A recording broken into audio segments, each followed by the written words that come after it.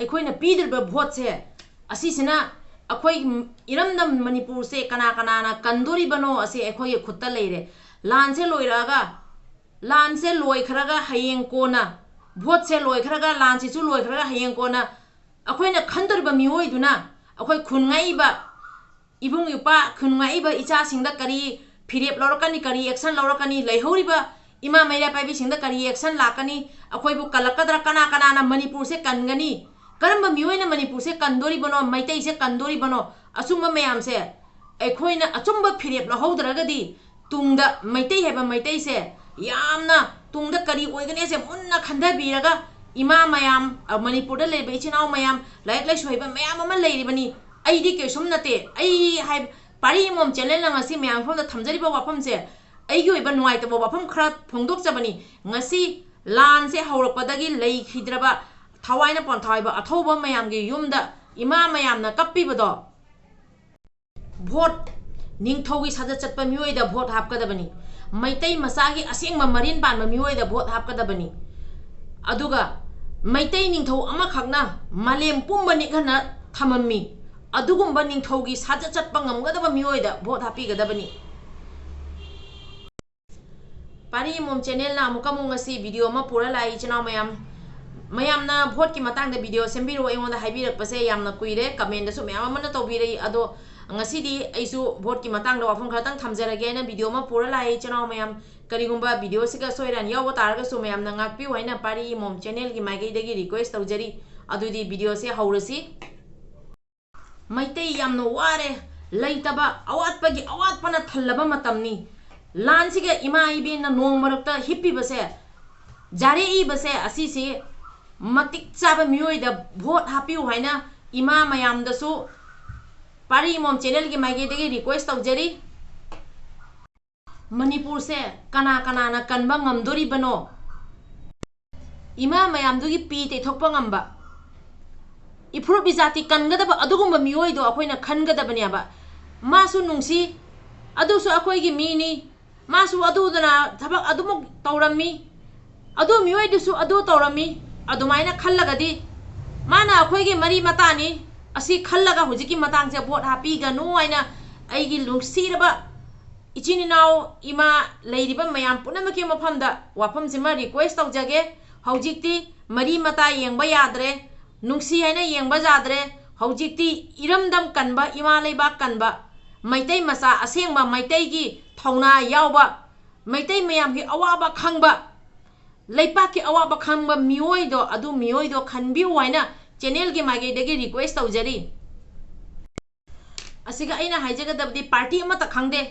party अमतगी मथौ नते अइना हाइजरिबसे पार्टी अमगा रिलेटेड ओइनादे अइना हाइजरिबा सेमजरिबा वीडियो से इमा लेबाक निंगबा मैतै निंगबा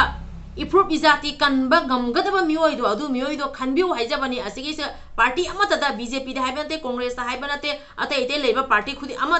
अमा भावदा तमना हाइबनते इफ्रुप इजाति नुंसिगदबा इफ्रुप इजाति कनगदबा मैतैगी अवाबा खंगबा अदुगुंबा मियोइसे खनबिउ वाइना मयांग फमदा असि वाफमसिमा थमजबनी मयामना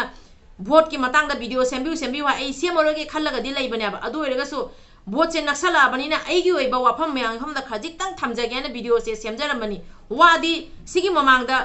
भोट से म्यामा अखोइनसु हापनता असोम लाबनी भोट से को अदु ओइरगसु हंदकी हापतोरिबा भोट सिदिने अदुकी मतिक इंपोर्टेंट अदुकी मतिक ममल लैरबनी से लैरिबा इमा मयाम इचे मयाम लोइना लैरिबा मयाम पुनमगना लोइना खंगमनी अइ यामना हाइना खंगना वीडियो से सेमपनते अखोइगी मैतै ओजा मयाम अमा लैरि अचो अचोबा हाई अथॉरिटी ओजासिंग सकनाइरबा फमनाइरबा मयाम अमा लैरिबनेबा माइ मागी अखंगबा लोइ लैरिबनी अदु ओइरगसु अइना अइगी ओइबा अखंगबा अइगी ओइबा वाफम खजिखक थमजबनी असिगा अमुकम ओइना हागदबे चाही खुदिंग अखोइना भोट हापनदि असुम चटलबनी अदुगा भोट की ममांगदा हाइबा वाफम मयामदो कनागी मिनिस्टर ओइगेरा एमएलए ओइगेरा ओइनिंगबा ओइरसनु हाइरम भोट की ममांगदा थममिबा वाफम मयामदो लोइनमक तौखिदब्रा बसे अखोइ मयाम पुनमकनसु खंगेबा अदुनो वा ngangaगता मादी वा जामना nganगबा है मादी अदुगी मतंगदा वा ngangammi अदु मीदुना अदु हाइरमmi अदु खनबा यादे हुजि अखोइना खनदोरिबसे अखोइना खनदोय तुंगदा मैतै अखोइगी लंबी अखोइना हुजि यालौद्रगदी करम मतमदा यातोरिबनो असिसे Munna खंदबा asi khandabiu haina haijage aduga amukasु hana haijaramge vote sidi aigi khusida aina apam mioi da haptori bani aina apamba aina pamjaba mioi da vote haptori bani asi sigi right ai isa makta leijai mayam na su loi leiri bani aduna mayam na vote hapase mai apam da asum hapiu adu oirega so mayam na munna khandaraga improve izati gi tamakta khandaraga hojiki vote sidi manipur state ki oina lepa vote na tabani na mayam so asum khanbiraga vote se kanada hapagana matik chabu oigani kanana phagani base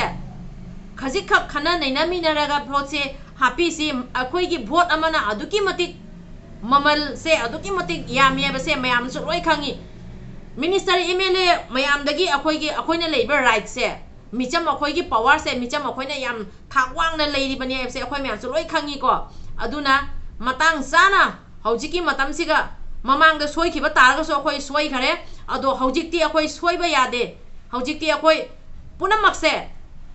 akoi dagi hena hai asing myam leiri basiga tanaraga khana nainaraga improve izati gi karamba mioi da khallaga phagani as imung manung se khana minaraga aduga leiriba ibung ipa myam su khana nainaraga ima singda haijaga dabadi leiriba ima myam amodi laire soiba myam su leiriba ni ko mayam se khana naina minaraga adugi mamal leiriba vote se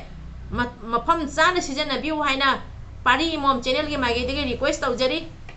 ngasi gi dil loisanjarage video siga soiran yaura songak piu aduga lan sigi matang da mayam se yamna warabani ado hujik lan se leiri haibasi su mayam na loi khangam ngani lan loidri haibase aduna lan sigi matang matam siga kari thabak tawgani aise khandamina si asu amonjima thamjage aduga mayam na comment da soidna takpiro mayam na vote ki matang da comment sembiro kanada vote hapsi ki aina yam hangak pagi matung ina ngasi vote se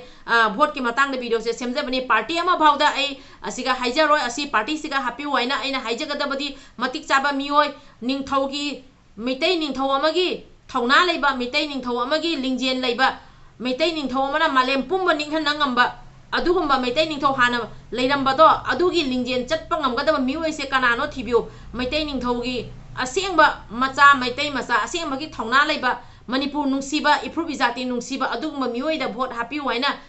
pari mom channel gi mage digi request tawjari aduga hai mana chinda pangang ta nganga ta loipon moksu oiba yaga da wonate aduna khandha minaraga kanada vote apaga phani ebese mayamna khandaraga happy waina amuka sona haijari loisanjarage improve izati na yai phare kanglei pakna yai phare ibudo pakhang mana yai phare mathang video da mo unarasi mayam soidana comment tawbiro aigi oiba afam mayam na thambiu habai tamakta aina si channel sigi mateng lawjaraga wafam thamjabani ado yam haina singna semjabana chate loisalage mayam comment soidana tawbiro pani mom channel na amuka sume ange from the request tawjari video siga asoiran jaro chongak piu ado soidana mayam na comment tawbiro aduga pari mom channel sibo mayam na nungsibina vote ki matang da video sembiro haibirakpa mayam punam mapusu ikai khomnajari ngasi gi dil loisanjarage mayam gi comment ngaijari